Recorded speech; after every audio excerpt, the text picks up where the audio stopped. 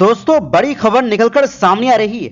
तुर्की अब सिर्फ 5वीं पीढ़ी के कान फाइटर जेट तक सीमित नहीं रहना चाहता, बल्कि वो सीधे दुनिया के सबसे एडवांस 6ठी पीढ़ी के लड़ाकू विमान प्रोग्राम में शामिल होकर आसमान का भूगोल बदलने की तैयारी में है। आखिर किन देशों के साथ अमेरिका इजरायल को लगा बड़ा झटका, अगली खबर में आपको बताएंगे। डोनाल्ड ट्रंप का ईरान को लेकर बड़ा ऐलान। सत्ता से मुक्त करने से पहले ट्रंप देना चाहते हैं आखिरी मौका, लेकिन इस पर ईरान ने भी दिया मुंहतोड़ जवाब। और साथ ही आपको बताएंगे तुर्की के राष्ट्रपति एर्दोगान और सऊदी क्राउन प्रिंस के बीच हुई अहम बातचीत। गाजा को लेकर इजरायल पर बोला जोरदार हमला। तो बिना समय गंवाए बात करते हैं खबरों की। दोस्तों, तुर्की अपने 5वीं पीढ़ी के लड़ाकू विमान कान पर तेजी से काम कर रहा है। लक्ष्य है कि इस दशक के आखिर तक इसके नए प्रोटोटाइप की टेस्टिंग पूरी हो जाए और पहली यूनिट से तैयार होकर सामने आए। लेकिन इसी बीच अब एक बड़ा सवाल उठ रहा है कि क्या तुर्की अगली पीढ़ी यानी 6ठी पीढ़ी के फाइटर जेट प्रोग्राम में शामिल होगा। रिपोर्ट के मुताबिक इसके लिए सबसे मजबूत विकल्प GCAP यानी ग्लोबल कॉम्बैट एयर प्रोग्राम माना जा रहा है। ये ब्रिटेन, इटली और जापान का संयुक्त फाइटर जेट प्रोजेक्ट है, जिसमें कुछ समय पहले कनाडा भी शामिल हुआ है। इस प्रोजेक्ट का मकसद ऐसा एडवांस लड़ाकू विमान बनाना है जिसमें स्टील्थ टेक्नोलॉजी, आर्टिफिशियल इंटेलिजेंस, आधुनिक सेंसर, एडवांस इंजन और ड्रोन के साथ मिलकर लड़ने की क्षमता हो। रिपोर्ट में कहा गया है कि तुर्की के पास भी इस प्रोजेक्ट में देने के लिए काफी कुछ है। कान प्रोजेक्ट के जरिए तुर्की ने स्टेल्थ डिजाइन, एयरफ्रेम निर्माण, सिस्टम इंटीग्रेशन, इलेक्ट्रॉनिक वॉरफेयर और ड्रोन के साथ मिलकर ऑपरेशन करने जैसी कई अहम तकनीकों पर अच्छी पकड़ बना ली है। यही वजह है कि तुर्की की एरोस्पेस कंपनी TAI पहले ही भविष्य के तुर्की 6ठी पीढ़ी के फाइटर जेट पर शुरुआती अध्ययन शुरू कर चुकी है। दूसरी तरफ अगर तुर्की GCAP में शामिल होता है तो उसे भी बड़ा फायदा मिल सकता है। रिपोर्ट के मुताबिक इससे तुर्की के स्वदेशी TF-35000 जेट इंजन प्रोजेक्ट को तेजी मिल सकती है। साथ ही तुर्की को ब्रिटेन, इटली, जापान और कनाडा जैसी तकनीकी ताकतों के साथ मिलकर काम करने का मौका मिलेगा, जबकि नाटो के साथ उसका रणनीतिक रिश्ता भी मजबूत बना रहेगा। हालांकि इस रास्ते में दो बड़ी चुनौतियां हैं। पहली, तुर्की को जल्द फैसला लेना होगा। इटली की रक्षा कंपनी लियोनार्डो के CEO पहले ही कह चुके हैं कि नए साझेदारों को 2026 के आखिर तक फैसला करना होगा, जबकि अंतिम समय सीमा जुलाई 2027 रखी गई। दूसरी चुनौती यह है कि इस प्रोजेक्ट में शामिल होने के लिए तुर्की को रिसर्च और डेवलपमेंट पर शुरुआती दौर में बड़ी रकम भी खर्च करनी पड़ सकती है।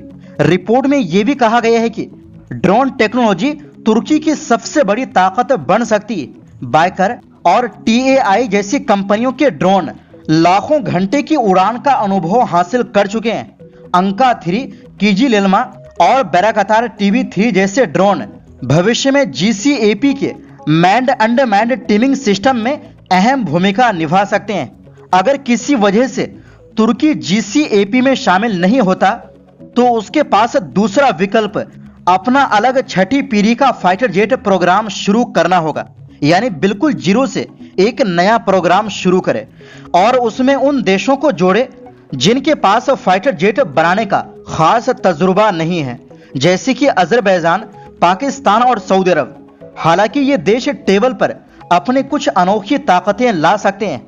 अजरबैजान सोवियत हवाई जंग के अनुभव की समझ दे सकता है।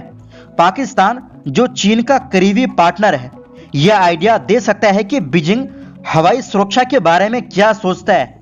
और सऊदी अरब तकनीक के ट्रांसफर के बदले में बड़े बड़े चेक काटने और सारा आर्थिक बोझ उठाने के लिए तैयार हो जाएगा। इसके अलावा मिस्र और कतर भी इस ग्रुप में शामिल होना चाह सकते हैं। रिपोर्ट के मुताबिक इन देशों के अपने अपने फायदे हैं, लेकिन फिलहाल तकनीक और अनुभव के लिहाज से GCAP में शामिल होना तुर्की के लिए सबसे मजबूत और व्यवहारिक विकल्प माना जा रहा है। वहीं दूसरी ओर दोस्तों, अमेरिका के राष्ट्रपति डोनाल्ड ट्रंप ने एक बार फिर ईरान को लेकर बड़ा बयान दिया है। ट्रंप ने कहा कि वो ईरान को खत्म करने से पहले एक आखिरी मौका देना चाहते हैं। उन्होंने दावा किया कि ईरान खुद बातचीत करना चाहता है और दोनों देशों के बीच बातचीत जारी है। हालांकि ईरान लगातार इससे इनकार कर रहा है। दरअसल व्हाइट हाउस में पत्रकारों से बात करते हुए ट्रंप ने कहा ईरान हमला नहीं चाहता था और उसने कहा कि वो बातचीत करना चाहता है। ट्रंप के मुताबिक ये बातचीत ईरान की मांग पर हो रही है और इसमें सऊदी अरब, यूएई और खास तौर पर कतर भी मध्यस्थ की भूमिका निभा रहे हैं। ट्रंप ने कहा कि यह ईरान के लिए एक अच्छे समझौते पर दस्तखत करने का आखिरी मौका है। उन्होंने ये भी कहा कि वो किसी बड़े सैन्य कदम से पहले ईरान को हर संभव आखिरी अवसर देना चाहते हैं। जब ट्रंप से पूछा गया कि क्या ईरान के साथ बातचीत खत्म हो गई है, तो उन्होंने जवाब दिया कि बातचीत अभी भी चल रही है। कई बार वो सार्वजनिक रूप से इनकार करते हैं, लेकिन घंटों तक बातचीत करते हैं। ट्रंप ने बताया कि बातचीत 2 चरणों में होगी। पहले चरण में होर्मुज स्ट्रेट को पूरी तरह खोलने पर चर्चा होगी, जबकि दूसरे चरण में ईरान के परमाणु कार्यक्रम पर बात की जाएगी। उन्होंने दावा किया कि पहले चरण का लक्ष्य है होर्मुज को जल्द से जल्द पूरी तरह खोलना है। ट्रंप ने यह भी साफ कहा कि अमेरिका किसी भी हाल में ईरान को स्ट्रेट ऑफ होर्मुज से गुजरने वाले जहाजों से चार्ज यानी पैसे वसूलने की अनुमति नहीं देगा। उनके मुताबिक जहाजों से कोई चार्ज नहीं लिया जाएगा। इसके साथ ही ट्रंप ने कहा कि जब अमेरिका ईरान का मामला खत्म कर देगा तो दुनिया में तेल की कीमतें नीचे आ जाएंगी। उन्होंने अमेरिकी तेल कंपनियों पर भी ज्यादा मुनाफा कमाने का आरोप लगाया और कहा कि उन्हें उपभोक्ताओं को राहत देने के लिए तेल की कीमतें कम करनी चाहिए। वहीं दूसरी तरफ ईरान ने ट्रंप के दावों को पूरी तरह खारिज कर दिया। ईरानी विदेश मंत्रालय के प्रवक्ता इस्माइल बकाई ने कहा कि ईरान की अमेरिका के साथ कोई बातचीत नहीं चल रही। उन्होंने बताया कि फिलहाल ईरान और ओमान के बीच सिर्फ होर्मुज में जहाजों की सुरक्षित आवाजाही के लिए एक अस्थायी समुद्री रास्ता तय करने पर चर्चा हो रही है। और इसी के साथ दोस्तों, तुर्की के राष्ट्रपति रजब तैयब एर्दोगान ने सऊदी अरब के क्राउन प्रिंस मोहम्मद बिन सलमान से फोन पर अहम बातचीत की। इस दौरान दोनों नेताओं ने तुर्की सऊदी रिश्तों के साथ साथ गाजा और पूरे मध्य पूर्व के हालात पर विस्तार से चर्चा की। तुर्की के राष्ट्रपति कार्यालय के मुताबिक एर्दोगान ने कहा कि अगर गाजा शांति योजना के दूसरे चरण को सफल बनाना है तो इजरायल को तय किया गया रोड मैप का पूरी तरह पालन करना होगा। उन्होंने कहा कि बिना समझौते का सम्मान किए इस योजना को आगे बढ़ाना मुश्किल होगा। एर्दोगान ने यह भी कहा कि तुर्की गाजा शांति योजना के लागू होने से जुड़े हर घटनाक्रम पर लगातार नजर बनाए हुए हैं। उन्होंने दोहराया कि अंकारा स्थायी युद्ध विराम और पूरे क्षेत्र में शांति कायम करने की हर कोशिश का समर्थन करता रहेगा। फोन पर हुई इस बातचीत में दोनों नेताओं ने तुर्की और सऊदी अरब के बीच आपसी सहयोग को और मजबूत करने पर भी चर्चा की। साथ ही क्षेत्रीय और अंतर्राष्ट्रीय मुद्दों पर भी अपने विचार साझा किए।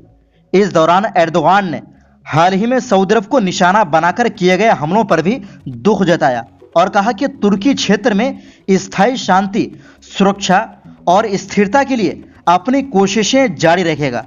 तो फिलहाल के लिए इस रिपोर्ट में बस इतना ही। फिर मिलते हैं एक नई रिपोर्ट्स के साथ।